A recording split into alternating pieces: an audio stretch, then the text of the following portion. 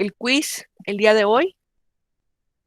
De igual manera, el glosario, hablando de los principios generales de la farmacocinética, que este tema lo dimos como introducción la semana pasada, sin embargo, ahorita pues vamos a hacer énfasis con respecto a lo que tiene que ver la translocación de los fármacos a través de la membrana, que es la membrana celular, difusión pasiva, filtración, la absorción y pinocitosis. Entonces, sí vamos a ver todos los temas que están en el programa y también con respecto a lo que tiene que ver de dónde sacamos la información y la conclusión. Por favor, que no se les olvide, este lo van a juntar en un PDF, ¿sí? Y van a citar la fuente. Aquí le pongo yo, lo graban como glosario, el grupo en este caso yo puse 501, pero es 406 con ustedes, y pues su nombre iniciando por el apellido, ¿vale? Y luego tenemos el quiz. En el transcurso del fin de semana, me marcó una mamá, no sé si era de su grupo, me marcó una mamá para decirme que no les había alcanzado el tiempo para subir los trabajos y no sé qué. Muéstrense a sus papás, asuman su responsabilidad ya como adultos, sí, pues ya.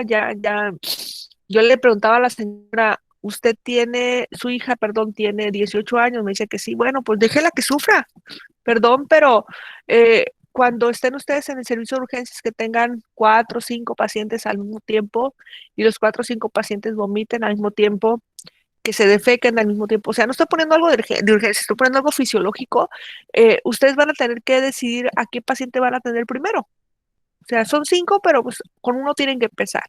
Entonces, yo le digo a la señora, no se estrese con su hija, déjela, por favor, porque cuando roten el servicio social, pues no va a poder usted defenderla, cuidarla, protegerla. ¿Qué más uno quisiera de los niños, aunque tengan 18 años o 22 años, están en la carrera, darles la atención, uno como papá decirle, sí, tranquilo, aquí estoy. Sí nos toca eso, pero pues la plataforma, yo le digo a la señora, está disponible desde el lunes y se cierra el domingo, pero no necesariamente tengo que esperarme sábado o domingo para subir los trabajos. Y yo le comentaba a ella, hay una carpeta en la unidad 0 donde se suben sus trabajos. Van a decir, ay, la profe qué aburrida con lo mismo, pero todavía no entendemos que es nuestra responsabilidad y nuestro horario de clases es de lunes a viernes. Sábado y domingo es porque la plataforma puede fallar, ¿sale? Entonces no nos esperemos y que se nos genere el hábito de hacer los trabajos, por favor, de lunes a viernes y subir todo de lunes a viernes.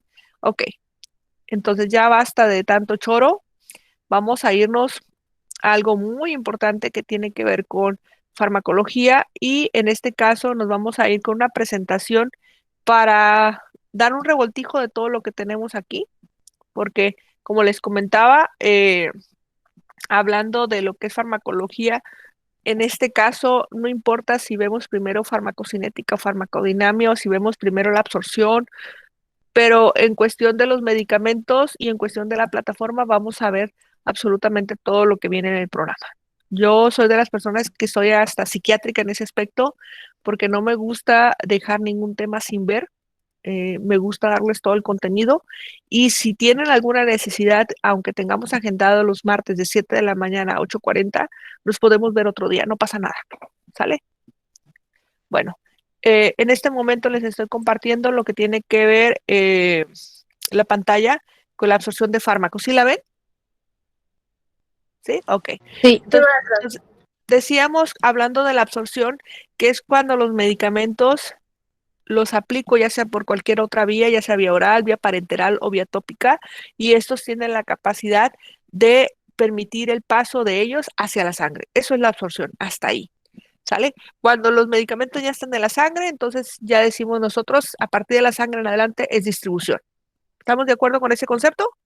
¿Sale? Porque Sí. en el examen viene así tal cual cuando yo elaboro la pregunta, pero si le pone el maestro Emilio Robledo, le va a poner que es el proceso por el cual una droga llega desde su sitio de administración a la circulación. Cualquiera de las dos formas es exactamente lo mismo. ¿Ok? Entonces, un fármaco cuando pasa desde el punto donde se administra a la sangre, que es lo que yo les decía, o tenemos nosotros desde el sitio de la administración a la circulación, a ese proceso es absorción. Si un medicamento se absorbe, ¿sí? Desde el torrente sanguíneo hacia los tejidos y se distribuye hacia la sangre, luego se elimina, pues es lo que decíamos nosotros de farmacodinamia, ¿ok? Entonces, vamos a hablar un poquito de la absorción. y hay mecanismos de cómo se transportan, en este caso, los medicamentos. Las dos formas de hacerse más comunes sería el transporte pasivo o el transporte especializado. Por ejemplo, si yo tengo anemia, si yo tengo alguna falla hepática y no tengo, en este caso, lo que tiene que ver con el metabolismo de la albúmina, la albúmina es una proteína transportadora. Entonces, en el caso de que me falle esa proteína transportadora o que me falle, por ejemplo, en el eritrocito, la hemoglobina, o yo no tenga eritrocitos, pues en este caso voy a necesitar algún mecanismo de transporte, en este caso especializado. Cuando hablo de transporte pasivo, les decía, es el compa de todos, porque los medicamentos van a pasar simplemente por difusión, solitos. Tengo un lugar donde hay mucho y me voy a un lugar donde hay poquito. Pagué el boleto del concierto de, no sé, algo que les guste a ustedes, no sé, ahora que vinieron las Hatch hace unos años, entonces van a ser del lugar donde están las Hatch solitas y donde están ustedes que quieren entrar. Yo les decía cuando llegaron los Creedence, no, pero a lo mejor no los conocen. Entonces, para el fin de cuentas, es un lugar donde hay poquito, hay mucho. Ahorita aquí ya huele a café, entonces mi café está concentrado con mucho café, pero no tiene azúcar, entonces le puedo echar las cucharadas de azúcar que quiera. Cuando hablamos de filtración, perdón, es cuando tenemos una sustancia que va a pasar a diferente de un lugar a otro por presión hidrostática. Imaginémonos que tenemos un garrafón con agua y le picamos. La presión que tiene adentro ese garrafón es mucho mayor que el lugar donde se va a tirar el agua. Entonces, depende de qué, del hoyito que le haya hecho yo en ese poro para que ese medicamento o ese agua o lo que vaya a transportarse sea mucho más rápido. Si en vez de un hoyito, pues agarré una pistola o una, no sé, un arma así grandota y pues hice un hoyote, pues en ese caso va a salir mucho más rápido. ¿Ok? Entonces, la difusión simple es la transferencia de una sustancia de un gradiente de mayor a menor y la filtración es el pasaje debido a la presión, en este caso del agua, entre ambos lados, donde yo voy a lograr que pase el medicamento. Aquí está el ejemplo, la filtración de un lugar de mayor a un lugar donde no hay. Y en el caso de la filtración, pues yo tengo las sustancias y pues por los diferentes poritos que tiene la membrana puede pasar el medicamento. Cuando hablamos de transporte especializado, aquí nosotros vamos a hablar del transporte activo que requiere energía. La energía le decimos como el ATP, hablando sobre todo del ciclo de Krebs, cuando conocimos un poquito de bioquímica, y de difusión facilitada es cuando nosotros estamos necesitando transportadores pero no requieren energía. Y la pinocitosis es cuando nosotros les decía el concepto de que abrazamos algo, sí, y realmente lo que hacemos es jalarlo hacia adentro de la célula, en este caso comerse dentro de la célula. Entonces, hablando de pinocitosis, es el englobamiento de unas sustancias a través de la membrana celular, en el cual se forman pequeñas vesículas y se meten adentro de la célula. Eh, entonces aquí está el ejemplo. Vean por favor la difusión facilitada. Es como cuando entramos al banco, entramos, cerramos la puertecita, se abre la otra y para adentro. Y en el transporte activo, pues aquí nosotros necesitamos lo que tiene que ver energía para poder permitir el fluido de estas células, perdón, de estos medicamentos hasta dentro de las células. Y la pinocitosis, tenemos el líquido extracelular, puede haber proteínas transportadoras, pueden estar los medicamentos sueltos, pueden estar incluso glucosa, se invagina y se forma esta pequeña vesícula y es cuando ingresan los medicamentos. De acuerdo a las vías de absorción que les mencionaba la semana pasada que nos conocimos, pues vean por favor la vía parenteral, hablando de la vía intravenosa, cómo va a llegar rapidito a lo que tiene que ver la circulación. La vía sublingual también llega directamente a la circulación.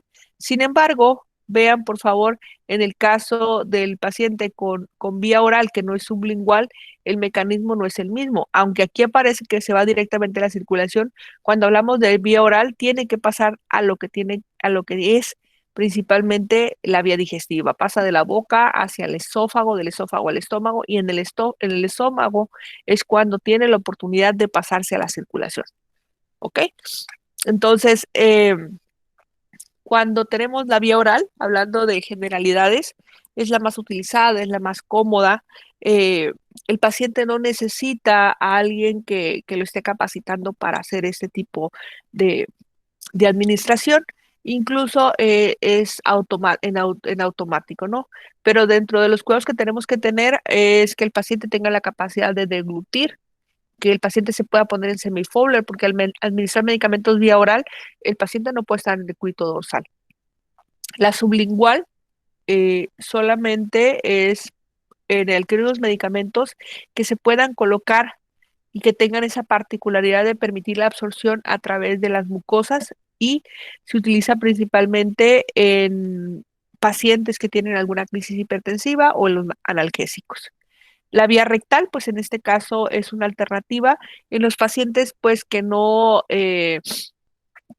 pueden deglutir, en muchas ocasiones en los inconscientes o en los pediátricos cuando tienen problemas hablando de hipertermia. La vía intravenosa, en este caso realmente no hay absorción, solamente hay distribución y pues hay que cuidar bastante a nuestros pacientes sobre todo los efectos adversos que puedan generarse. La vía intramuscular es mucho más rápida que la oral, sin embargo, eh, el medicamento tiene que tener ciertas características, hablando de la cantidad que voy a poder administrar yo para esos pacientes.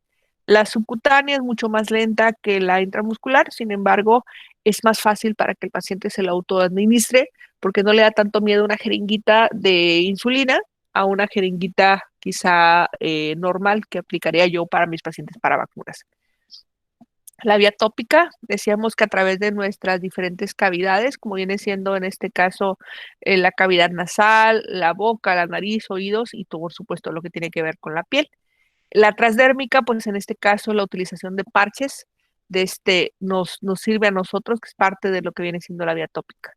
La vía inhalatoria es una absorción rápida dirigida a lo que viene siendo en este caso los pulmones y para los pacientes que tienen problemas que requieren una atención especializada para una buena respuesta respiratoria, pues utilizamos fármacos que se conocen como antihistamínicos y broncodilatadores. Incluso los corticosteroides también nos ayudan. La brinda tecal, el servicio de anestesia en los hospitales, es una de las vías que más ellos trabajan. Sin embargo, aunque pareciera que las enfermeras no tienen nada que ver, en muchas ocasiones son los que dan eh, la clase, se pudiera decir, o la primera iniciación a los residentes dentro de los hospitales. Entonces, si yo tengo un personal de enfermería que está capacitado con esta vía, lo puede estar haciendo, aunque, repito, normalmente lo utilizan mucho los anestesiólogos, pero el anestesiólogo no nació siendo anestesiólogo. Una enfermera normalmente es el que lo capacitó. La vía arterial, en este caso, hay que tener mucho cuidado porque si aplico un medicamento directamente a la arteria, puedo lesionarla y ocasionar problemas de necrosis. La vía intraósea, sobre todo en pacientes con problemas de septicemia o en casos muy específicos, aquí vienen reanimación cardiopulmonar. Sin embargo, ese tipo de punciones más que nada radican en cuando el especialista, en este caso el ortopedista o el traumatólogo, aplica en ocasiones medicamentos directamente en esta zona.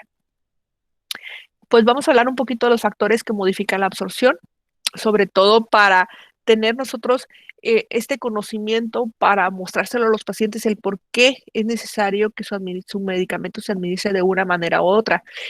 Cuando hablamos de la solubilidad de los medicamentos, esto nos va a permitir a nosotros tener la oportunidad de dar en alguna suspensión al paciente el efecto terapéutico que nosotros necesitamos. Entonces, la formulación de los medicamentos va a tener una oportunidad para que nosotros tengamos un efecto terapéutico deseado. Por ejemplo, si administro, vean por favor esta imagen de las cápsulas. Estos están diseñados para que se abran en el estómago. Si el paciente tarda en deglutirlo o lo quiere masticar, voy a tener el efecto farmacológico en la boca y la saliva, la lipasa salival y todo eso lo va a destruir y no voy a tener el efecto terapéutico que yo necesito.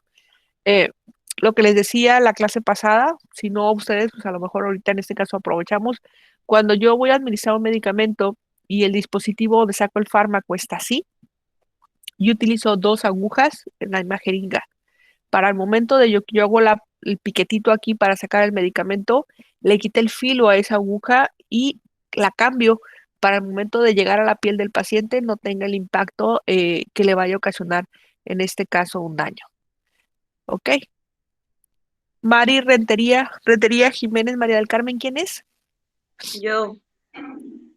María del Carmen, cuando yo administro un medicamento que no es una cápsula, por ejemplo, que es un comprimido, ¿es en qué parte del cuerpo se va a absorber? Yo quiero contestar, maestra. Aguántame tantito. Ay, no me acuerdo, maestra. ¿No te acuerdas? ¿Ok? ¿Quién dijo que quería contestar? Yo en el intestino grueso, ¿no? Así, no, intestino delgado. Intestino En delgado. intestino delgado, sí, el intestino delgado es donde se va a absorber. El intestino grueso, principalmente, ahí serían los fármacos antiparasitarios que no se absorben, solamente se almacenan ahí y es cuando logran destruir dentro de la luz intestinal a los parásitos.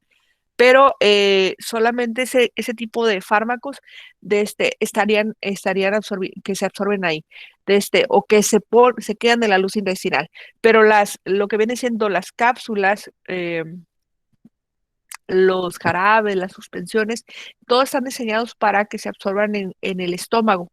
En el caso de que yo necesito que pasen un poquito más para allá, en el caso que les decía ahorita, los comprimidos o las tabletas de liberación prolongada, esos son para intestino delgado. La concentración de los medicamentos también tiene que ver con esa absorción. Por ejemplo, hablando ahorita que decíamos del paso de las membranas, pues de un lugar donde hay mayor concentración a uno de menor, tiene mucho que ver la relación, en este caso, de la concentración del medicamento. Y la circulación, un flujo aumentado, aumenta la absorción para que este se pueda distribuir. Sin embargo, si yo tengo poca flujo de sangre, pues la absorción va a ser mucho más lenta. ¿Ok? Eh, Otro de los factores que modifican la absorción tiene que ver la superficie absorbente, la mucosa intestinal si está dañada, la presencia de cilios o incluso en cuanto al movimiento intestinal también tiene que ver y la molécula del medicamento. Entre más pequeña sea la molécula del fármaco, por eso el que nosotros tengamos estas pequeñas moléculas adentro de las cápsulas hace que este fármaco pues tenga mayor facilidad para absorberse. Entonces, si yo tengo un comprimido o yo tengo una grajea, el, el- la molécula del medicamento está ahí encapsulado, está encerradito en eso. Entonces, el fármaco pasa de la cavidad oral sin sufrir ningún cambio, pasa a lo que tiene que ver en este caso el esófago sin ningún cambio, llega al estómago sin ningún cambio y se va hacia lo que tiene que ver el intestino y es cuando empieza a degradarse y esa molécula entonces va a empezar a cambiar. Entonces, por eso yo necesito el efecto farmacológico de esa presentación para poder lograr lo que yo busco en mi paciente. Ok, eso es referente a absorción. ¿Ok? ¿Alguna pregunta ahí?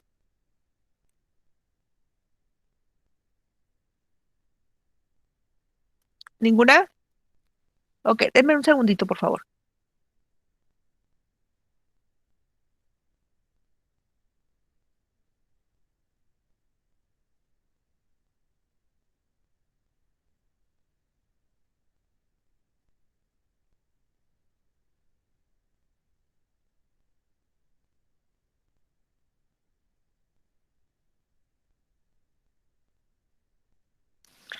Ok, entonces lo que voy a hacer ahora, les voy a compartir otra presentación. Tenemos 2 horas, así que hay que aprovecharlas. Vamos a hablar ahora de distribución.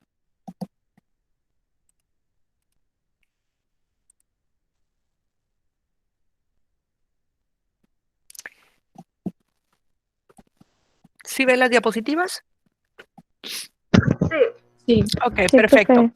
Pues cuando hablamos de distribución, decíamos que es cuando el medicamento pasó a la circulación, a partir de ese momento es cuando tenemos la oportunidad de decir nosotros hacia dónde se va a dirigir y para ello necesitamos en ocasiones algunos transportadores que ahorita decíamos que pueden ser la albúmina, puede ser la hemoglobina, ¿sí? Y por lo tanto a este proceso de que se distribuye de un lugar a otro, pues se le llama distribución y es parte de la farmacocinética. El fármaco, una vez absorbido, se distribuye a los tejidos y necesita pasar diferentes membranas. Decíamos que, por ejemplo, si la mujer está embarazada y queremos el medicamento que llegue hacia lo que viene siendo el feto, pues pasa a la barrera fatoplacentaria. Si ocupamos que llegue al encéfalo, porque el paciente tiene una parasitosis, en este caso pudiéramos hablar a nivel cerebral, pues ocupamos que llegue en este caso el medicamento hacia allá. El agua es aproximadamente en el adulto el 70% del peso, y por lo tanto tenemos que saber que se encuentra en 2 compartimentos, el compartimento extracelular, que en este caso viene siendo toda la sangre, y el compartimiento intracelular, que es lo que se encuentra el citoplasma y todo dentro de la célula. En estos casos, ese líquido intracelular va a hacer que nosotros tengamos la oportunidad de ampliarlo, ¿sí? Y permitir que pasen nutrientes de un gradiente hacia otro. Pero cuando hablamos de líquido extracelular, lo podemos nosotros separar, por ejemplo, en plasma, lo que viene siendo la sangre, también el líquido cefalorraquídeo, los líquidos que se encuentran dentro del tracto digestivo, que son aproximadamente 7 litros solamente en el intestino delgado, ¿sí? Más aparte la formación de saliva, más aparte la formación de bilis, ¿sí? Y eso nos va a permitir a nosotros que tengamos un comportamiento hablando de la distribución de manera homogénea de los fármacos. Eh, en el caso de farmacología, decíamos que viene del concepto fármaco, que viene el medicamento, y logio, que es estudio. Entonces, fármaco es medicamento. En el caso de la administración de los medicamentos, nosotros tenemos que saber que que buscamos algo, que es curar al paciente, y eso se le conoce como efecto eh, farmacológico. Sin embargo, si nosotros damos una concentración menor o una concentración mayor, eso va a afectar para que nuestro medicamento permita la curación o el objetivo que nosotros queremos. Si damos una cantidad de más, al paciente le podemos intoxicar y en este caso los niveles plasmáticos van a estar muy altos y el paciente se puede incluso morir. Eh, ¿Cómo se fijan los medicamentos? A través de lo que viene siendo, eh, en este caso, los tejidos. Pues decíamos ahorita que tenemos el transporte activo y el transporte pasivo. Sin embargo, impacta también el tamaño del órgano hacia el cual nosotros queremos que llegue el medicamento. Por ejemplo, si queremos que llegue al encéfalo, las características que tiene que tener esa barrera es que haya un proceso inflamatorio para pedir el paso de los fármacos. Si no hay inflamación, los fármacos no ingresan a nivel encefálico. Sin embargo, por ejemplo, a nivel óseo, ahorita decíamos la vía directamente intraósea, de esa manera pueden ingresar porque es una forma de protegerse o aislarse para poder permitir el paso de los medicamentos. Pero, por ejemplo, si yo digo que quiere que llegue Mandegali. Nada, maestra, disculpe, se picó solo. Ok, está dormida, ¿verdad? Cuando los medicamentos llegan y los queremos que, por ejemplo, que lleguen a la mucosa intestinal, eso es de muy fácil acceso.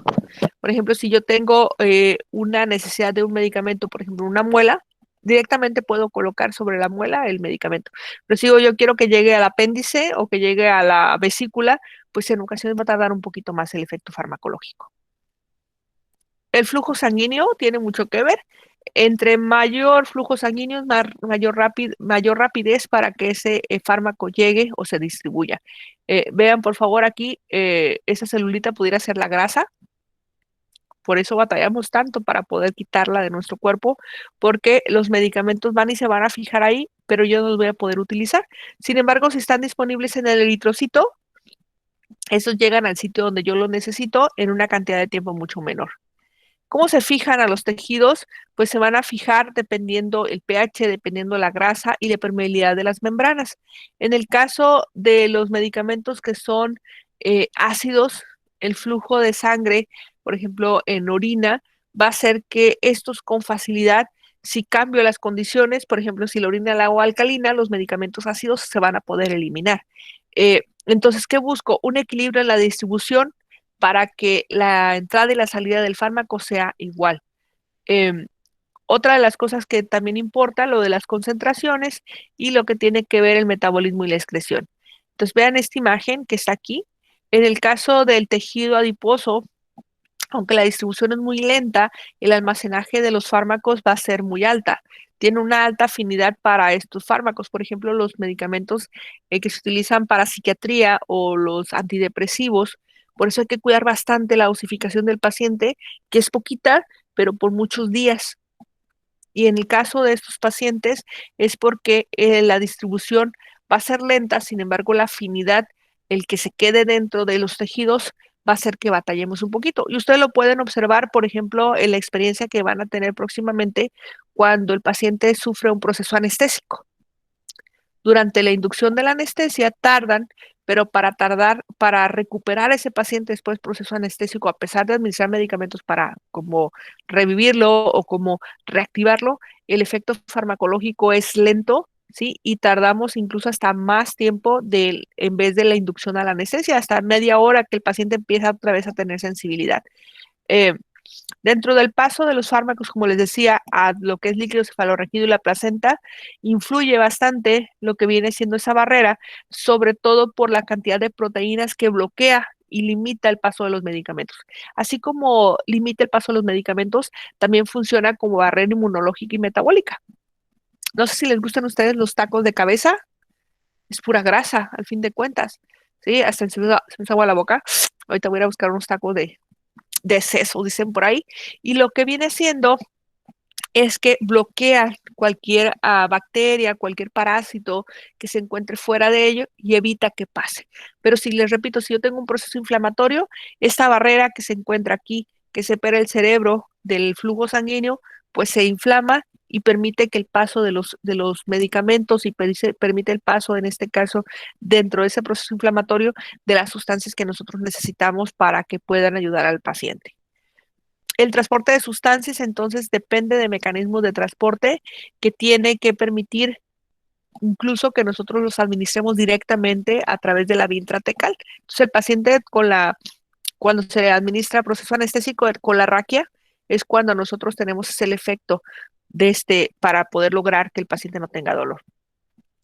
El 10% de nuestro volumen de líquido, ¿sí? Equivale al líquido cefalorraquídeo, que tiene la función a través de 3 membranas, que son las meninges, de protegerlo y contenerlo. En este caso, por ejemplo, si yo tuviera una lesión directamente aquí sobre la nariz y esta parte del hueso nasal se impacta a lo que viene siendo el piso del cráneo, yo pudiera tener pérdida de líquido cefalorraquídeo a través de la nariz y eso se ve como si fuera agua prácticamente un poquito más con una poquito más concentrada que el agua, pero se le conoce como líquido de rocas, ¿sí? Incluso en un paciente con traumatismo craneoencefálico, cuando sale a través de los ojos, la nariz y las orejas, ese líquido es cuando el paciente nosotros pensamos que el paciente tiene un traumatismo de lo que viene siendo el piso del cráneo, y eso no es bueno para el paciente. Eso ocasiona inflamación y la inflamación va a ocasionar edema y ese edema va a hacer que se comprime el encéfalo y por lo tanto el paciente va a sufrir. Entonces, ¿qué necesitamos? Medicamentos que disminuyan el edema, que permitan el flujo del líquido cefalorraquídeo para que nuestro paciente limite el paso de bacterias hacia el mismo.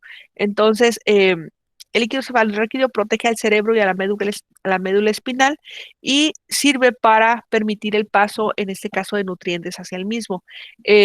La secreción del líquido cefalorraquídeo se realiza principalmente en los plexos coroideos y esa secreción transporta iones, agua a esa barrera hematoencefálica, pero también sangre líquido cefalorraquídeo. En los procesos anestésicos es cuando normalmente utilizamos esa vía para lograr un efecto terapéutico para poder intervenir al paciente. En el caso de la placenta, aquí es diferente. La placenta garantiza que todo lo que entra a la sangre pasa primeramente al feto. Muy diferente en el caso del líquido cefalorraquídeo. Entonces, cuando estamos hablando de la placenta, debemos de saber que tenemos una comunicación madre-placenta, pero también tenemos una comunicación placenta con las membranas amnióticas y luego hacia el feto. El feto se encuentra suspendido en líquido, que es el líquido amniótico, y tiene la característica, así como el líquido cefalorraquídeo, de permitir lo que tiene que ver con el amortiguamiento, en este caso del feto. Entonces, de esa manera, todos los nutrientes que se encuentran en el líquido cefalorraquídeo, al igual que todos los los nutrientes que se encuentran en el líquido amniótico, además de proteger, permiten que pasen en el caso del feto, a través de la cavidad oral para nutrirlo. Entonces, el feto, y es pregunta de examen de fisio de la madre del recién nacido del niño también, a la semana 3 de gestación ya se desarrolla lo que es el sistema digestivo. Entonces, ¿cómo me doy cuenta que yo tengo una mamá que tiene un bebé inútero, un feto inútero, que no tiene un buen desarrollo del sistema digestivo? Si el bebé no traga, el bebé no defeca. Y si el bebé no traga y defeca, ¿qué pasa con el líquido cefalorraquídeo? Aumenta. Y si está aumentado, ¿cómo encuentro el fondo uterino? Como si fuera un bebé más grande o como si fuera, en este caso, como tiene mayor líquido amniótico, eso se llama polidramnios. Y el fondo uterino lo voy a ver mucho mayor. Entonces, ese tipo de características nos permite a nosotros identificar cuando estamos en un lugar de difícil acceso, sobre todo para el manejo del embarazo, simplemente con medir el fondo uterino, nosotros sabemos si corresponde a la edad gestacional. Es que yo me embaracé el 14 de febrero, entonces pare mi bebé tiene que nacer para noviembre. Entonces, ¿cuántas semanas debería de tener ahorita? Si tiene un sistema digestivo adecuado, el bebé come y por lo tanto absorbe los nutrientes del líquido amniótico y defeca. Entonces, eso hace que tenga un control de este mismo y al mismo tiempo todos los nutrientes, llámese oxígeno, llámese vitaminas, pasan a través del cordón umbilical de la placenta. Pero si me eché un shot de café y estoy embarazada, la placenta dice, hey, espéreme, deme mi dosificación porque va hacia el feto. Me puse un pasecito, pasa al feto. Me eché unas caguamas, pase al feto. Todo va a pasar al feto. Muy diferente a lo que tendría que ver en este caso cuando yo estoy tratando, en el caso de líquido cefalorraquídeo. ¿Ok? Es una situación que nosotros tenemos que explicarle a la paciente, sobre todo hablando de farmacología, el por qué algunos medicamentos no se deben de administrar durante el embarazo.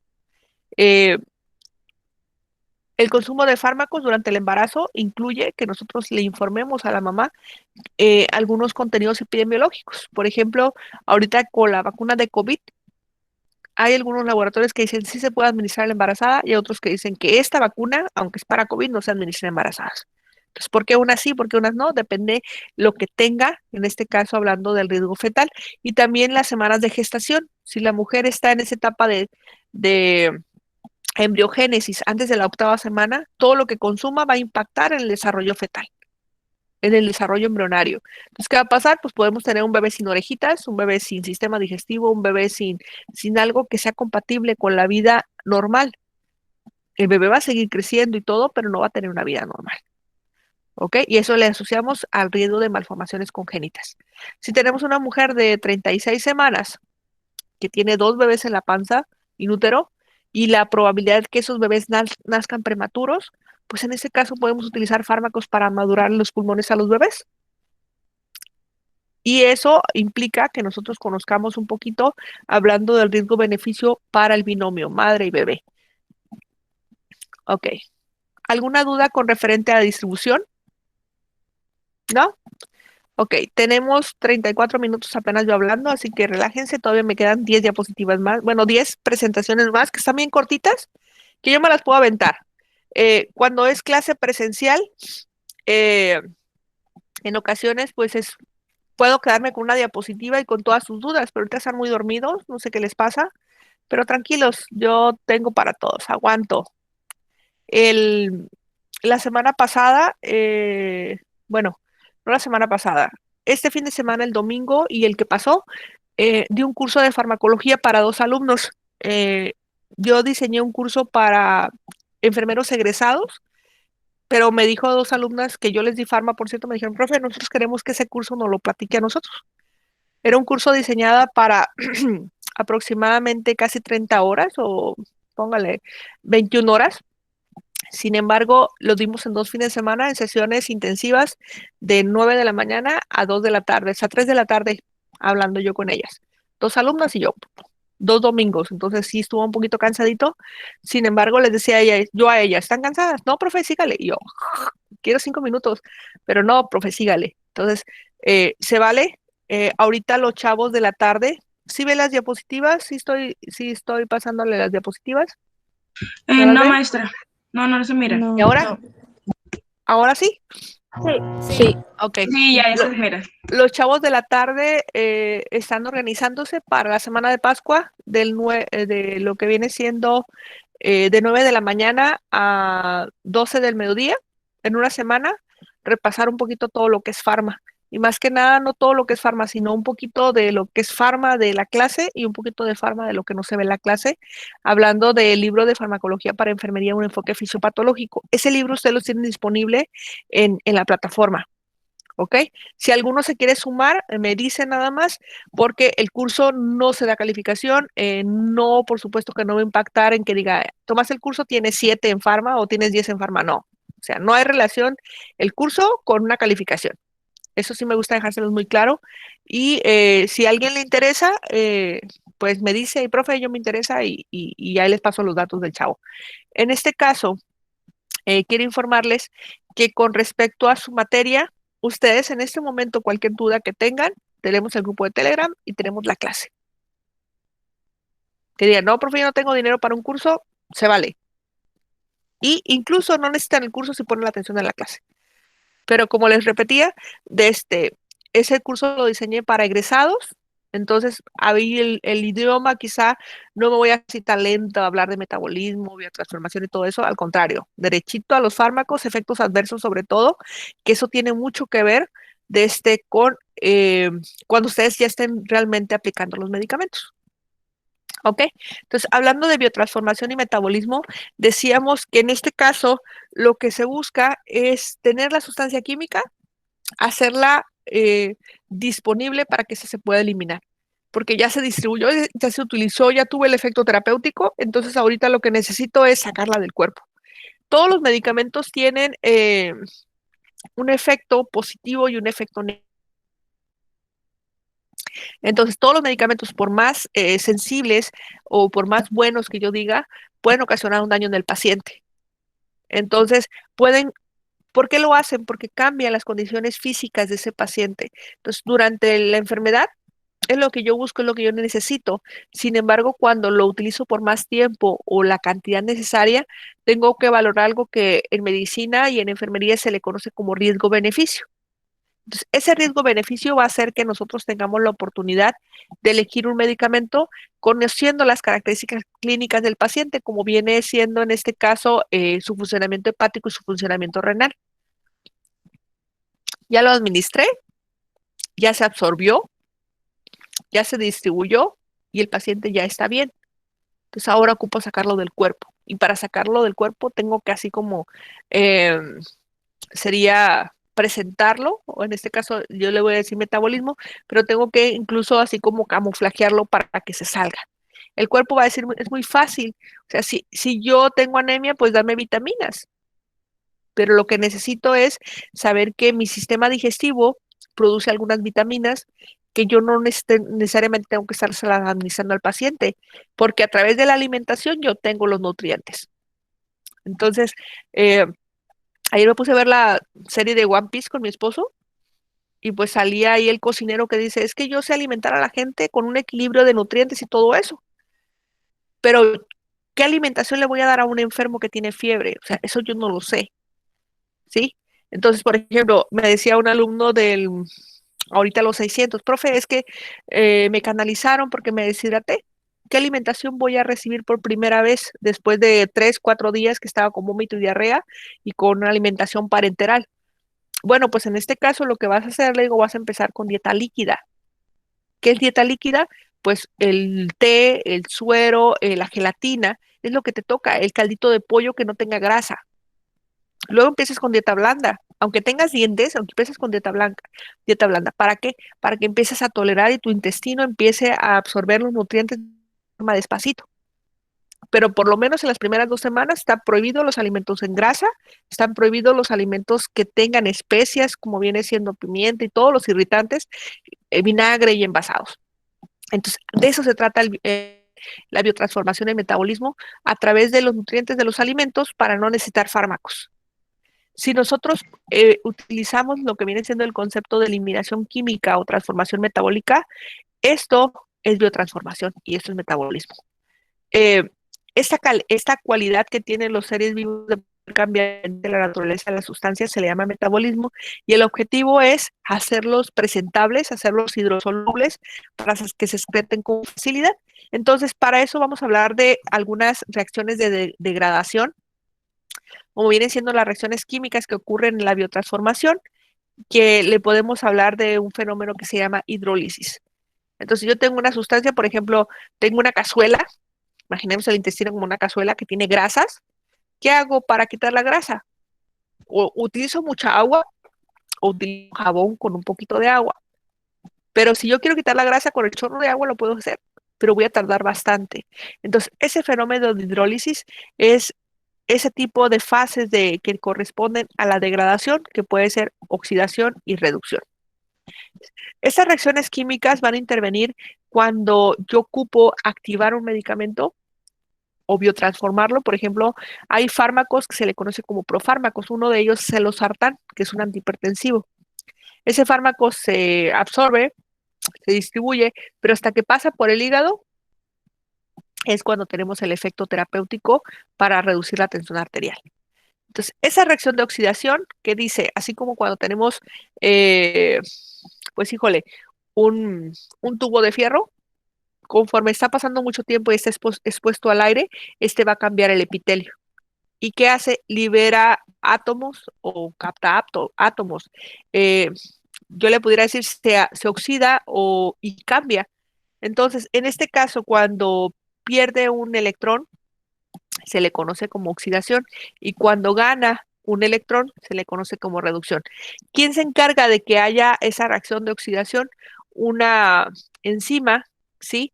Y que forma parte de la familia del citocromo P450. Investiguen un poquito del citocromo P450 y van a saber que es una molécula que va a intervenir en casi todas las reacciones químicas. ¿Ok? En el caso de la biotransformación, lo que vamos a tener nosotros es esa activación o inactivación de los fármacos, como les decía ahorita en el caso de los sartán, que cuando se inactiva, las propiedades farmacológicas ya se pierden y el fármaco se puede eliminar con facilidad. El medicamento se puede eliminar con facilidad. En el caso de que se active, lo que vamos a tener nosotros ahora sí es el efecto terapéutico que yo buscaba.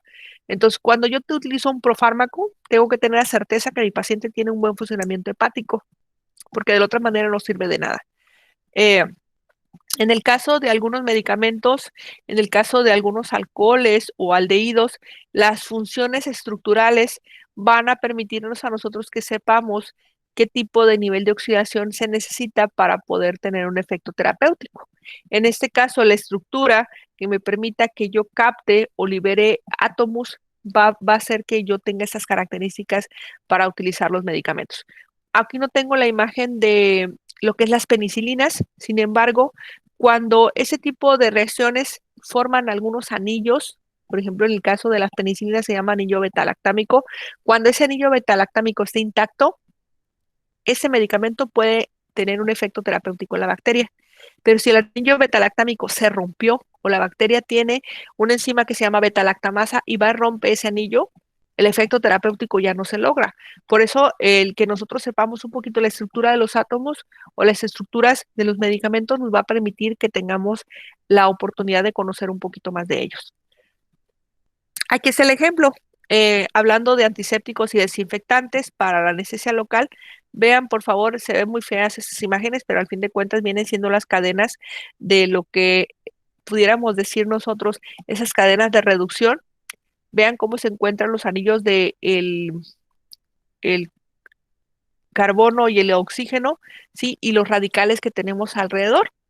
Entonces tenemos agentes reductores que van a hacer que nosotros ganemos o perdamos, en este caso, electrones. Cuando ganamos se llama un efecto de reductor y cuando perdemos hablamos de un efecto oxidante. Otro de las reacciones de hidrólisis que tiene que ver el romper los enlaces de los fármacos, esas pueden estar mediadas por las propias enzimas del cuerpo que se llaman hidrolasas. En este caso, estas reacciones son muy rápidas y llevan a la inactivación de compuestos al poco tiempo después de la administración. Por eso, el que nosotros sepamos la vía de administración, si es oral y el compuesto es una suspensión o es un jarabe o es una cápsula, es un comprimido, eso nos va a permitir a nosotros que sepamos qué el paciente que necesita.